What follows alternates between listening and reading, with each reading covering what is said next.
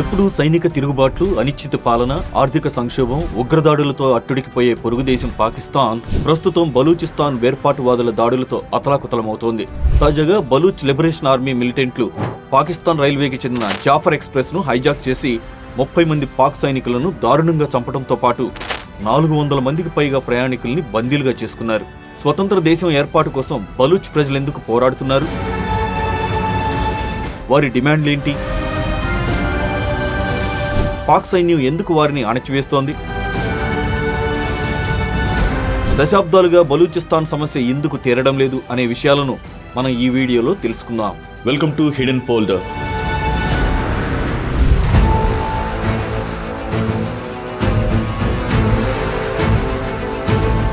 బలూచిస్తాన్ పాకిస్తాన్లోని పశ్చిమ ప్రాంతం. దేశ భౌగోళిక ప్రాంతంలో దాదాపు 44% ఉన్న ఈ ప్రాంత రాజధాని క్వెట్టా. ఇరాన్, ఆఫ్ఘనిస్తాన్ దేశాలతో పాటు అరేబియా మహాసముద్రంతో సరిహద్దును పంచుకునే ఈ ప్రాంతం పాకిస్తాన్కు వాణిజ్యపరంగా కీలకమైంది. దేశంలోనే అతిపెద్ద ప్రావిన్స్ అయిన బలూచిస్తాన్ అతి ఖరీదైన ఖనిజ, సహజవాయు సంపదకు నెలవు. ఈ సంపదను కొల్లగొట్టి తమ ప్రాంతంలో కాకుండా దేశంలోని పంజాబ్, సింధు ప్రావిన్సులతో పాటు ఇతర ప్రాంతాల్లో వాడుకుంటున్నారనేది ఇక్కడి ప్రజల ప్రధాన ఆరోపణ. దీనికి తోడు మధ్య ఆసియాలోకి ప్రవేశించడానికి చైనా ప్రతిష్టాత్మకంగా నిర్మిస్తున్న చైనా పాకిస్తాన్ ఎకనామిక్ కారిడార్ ఈ రాష్ట్రం గుండానే వెళుతుంది. సముద్ర వాణిజ్యానికి కీలకమైన గ్వాదర్ పోర్ట్ కూడా ఈ రాష్ట్రంలోనే ఉంది. Iran, Pakistan gas pipe line కూడా ఈ ప్రాంతం గుండానే వెళుతుంది. అయినా తమ ప్రాంతంలో ఎలాంటి అభివృద్ధి జరగడం లేదని, తమ సహజ వనరులను పాకిస్తాన్ దోపిడీ చేస్తోందని, స్వయం పాలనే తమ ప్రాంత అభివృద్ధికి సరైన మార్గమని అక్కడి ప్రజలతో పాటు Baloch liberation army, Baloch liberation front, United Baloch army వంటి వేర్పాటువాద సంస్థలు పాకిస్తాన్ ప్రభుత్వంతో పోరాడుతున్నాయి. పాకిస్తాన్ ప్రభుత్వం ఈ విప్లవోద్యమాలను అణచివేయడానికి ఉగ్రవాదులుగా ప్రచారం చేస్తోంది.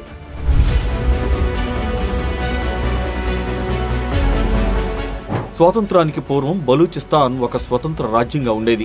కానీ బ్రిటిష్ పాలనలో ఇది బ్రిటిష్ ప్రభుత్వ ఆధీనంలోకి వెళ్ళింది. 1947లో భారత విభజన సమయంలో పాకిస్తాన్ ప్రభుత్వం బలూచిస్తాన్ను తమలో విలీనం చేసుకోవాలని ప్రయత్నించింది. పాకిస్తాన్ వ్యవస్థాపకుడు మహమ్మద్ అలీ జిన్నా కుట్రతో 1948 మార్చి 27న పాకిస్తాన్ సైన్యం బలూచిస్తాన్ను బలవంతంగా ఆక్రమించింది. 1954లో పాక్ ప్రభుత్వం ప్రావిన్సుల్ని పునర్వ్యవస్థీకరించి బలూచిస్తాన్ను ఇతర ప్రావిన్సులతో విలీనం చేయడం ద్వారా దాని స్వయం ప్రతిపత్తిని తగ్గించింది. దీంతో బలూచ్ నాయకుడు నవాజ్ నరోజ్ ఖాన్కు తీవ్ర ఆగ్రహాన్ని కలిగించి 1958లో స్వాతంత్రం ప్రకటించుకుని పాక్ ఆర్మీకి వ్యతిరేకంగా గెరిల్లా పోరాటం ప్రారంభించాడు. నవరోజ్ లొంగిపోతే ఏం చేయమనే హామీ ఇచ్చిన పాకిస్తాన్ ఆ తర్వాత ఆయనతో పాటు కుమారులను అరెస్టు చేసి 5 బంధువుల్ని ఉరితీసింది.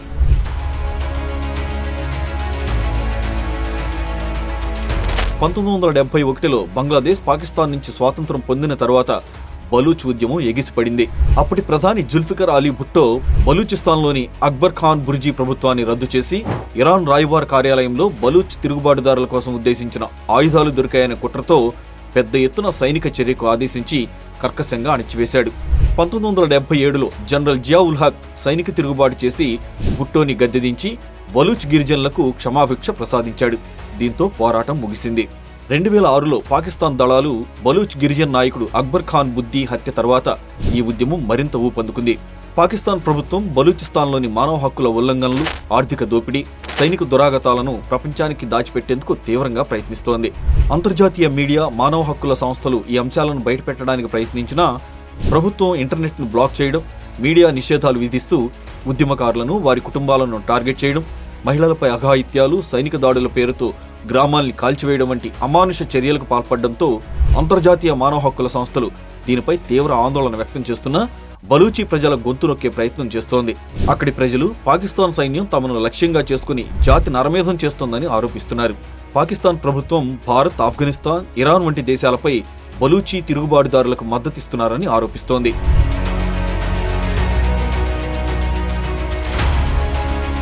వనరుల పరంగా అత్యంత సంపన్నమైన ప్రాంతమైన అక్కడి ప్రజలు అత్యంత పేదరికంలో జీవిస్తున్నారు. స్థానిక ప్రజలకు కనీస మౌలిక సదుపాయాలు కూడా లేవు. ఇక్కడి ప్రకృతి సంపద, సహజవాయువు, బంగారం, రాగి, ముడి చమురు, యురేనియం వంటి వనరులను పాకిస్తాన్ కేంద్ర ప్రభుత్వం పూర్తిగా నియంత్రిస్తోంది. దేశం మొత్తం 60% సహజవాయువును బలూచిస్తాన్ నుంచే ఉపయోగిస్తోంది. చైనా పాకిస్తాన్ ఎకనామిక్ కారిడార్లో భాగంగా గ్వాదర్ పోర్టును కూడా చైనా పూర్తిగా నియంత్రిస్తోంది. అక్కడ చైనా పెట్టుబడులు పెరిగినా స్థానిక బలూచి ప్రజలకు ఉద్యోగాలు రావడం లేదు. బలూచి జాలర్లు తమ జీవనోపాధిని కోల్పోయారు. చైనా కంపెనీలు వారి భూములను బలవంతంగా స్వాధీనం చేసుకుంటున్నాయి. ఈ అన్యాయానికి వ్యతిరేకంగా బలూచి తిరుగుబాటుదారులు ఈ ప్రాజెక్టులపై కూడా దాడులు చేస్తున్నారు.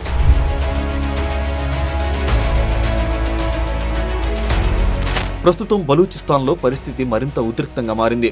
బలూచి పోరాటం రోజురోజుకు మరింత బలపడుతోంది. పాకిస్తాన్ సైన్యం బలూచి ఉద్యమాన్ని అణచివేయడానికి ఉగ్రవాదులపై దాడుల పేరిట స్థానిక ప్రజలపై దాడులు కొనసాగిస్తోంది. వేలాది మంది బలూచి యువత అదృశ్యమవుతున్నారు. వారి మృతదేహాలు కూడా దొరకడం లేదు. దీనికి ప్రతిగా Baloch liberation army, Baloch liberation front, United Baloch army వంటి మిలిటెంట్ సంస్థలు పాక్ సైన్యంపై హింసాత్మక చర్యలకు పాల్పడుతున్నాయి. నవంబర్ 2024లో రాజధాని నగరం క్వెట్టాలోని రైల్వే స్టేషన్లో జరిగిన బాంబు పేలుళ్లలో మహిళలు, పిల్లలతో సహా 26 మంది మరణించారు. 40 మందికి పైగా గాయపడ్డారు. మార్చి 11, 2025న బలూచ్ లిబరేషన్ ఆర్మీ క్వెట్టా నుండి పెషావర్కు ప్రయాణిస్తున్న జాఫర్ ఎక్స్ప్రెస్ను హైజాక్ చేసింది. హైజాక్కు సంబంధించిన ఓ వీడియోను BLA విడుదల చేసింది. ఇందులో రైలు పట్టాలను బాంబులతో పేల్చివేసిన దృశ్యాలున్నాయి. 30 మంది పాక్ సైనికులను మట్టుబెట్టడంతో పాటు 300కు పైగా ప్రయాణికులను బందీలుగా చేసుకున్నట్లు BLA పేర్కొంది. క్వెట్టా రైల్వే స్టేషన్ నుంచి భారీగా శవపేటికలను హైజాక్ జరిగిన ప్రాంతానికి తరలిస్తున్న ఫోటోలను స్థానిక పత్రికలు ప్రచురించాయి. తాజాగా రైలును హైజాక్ చేసిన 33 మంది వేర్పాటువాద BLA మిలిటెంట్లను హతమార్చి బందీలందరినీ రక్షించినట్లు పాకిస్తాన్ సైన్యం ప్రకటించింది. BLA మాత్రం రైలు ఇంకా తమ నియంత్రణలోనే ఉందని, 24 గంటల్లో బలోచ్ ఉద్యమ నేతలను జైళ్ల నుంచి విడుదల చేయకపోతే బందీలను శిక్షిస్తామని తెలిపింది.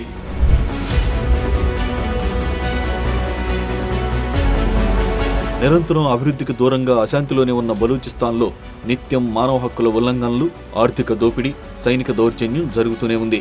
అక్కడి ప్రజలు దశాబ్దాలుగా స్వయం పాలనకై స్వతంత్ర దేశం కోసం పోరాటం చేస్తూనే ఉన్నారు. పాక్ నుంచి విముక్తి కోసం, తమ వనరులపై హక్కుల కోసం బలూచ్ ప్రజలు అనేకసార్లు తిరుగుబాటు చేస్తూనే ఉన్నారు. నూతన స్వతంత్ర దేశంగా అవతరించడానికి అంతర్జాతీయ మద్దతు కోసం పోరాడుతూనే ఉన్నారు. ఈ పోరాటం భవిష్యత్తులో మరింత తీవ్రంగా మారి దేశంలో అంతర్యుద్ధ పరిస్థితి ఏర్పడే అవకాశం ఉంది. ఇలాంటి మరిన్ని వీడియోస్ కోసం హిడెన్ ఫోల్డర్ యూట్యూబ్ ఛానల్ని సబ్స్క్రైబ్ చేసుకోండి.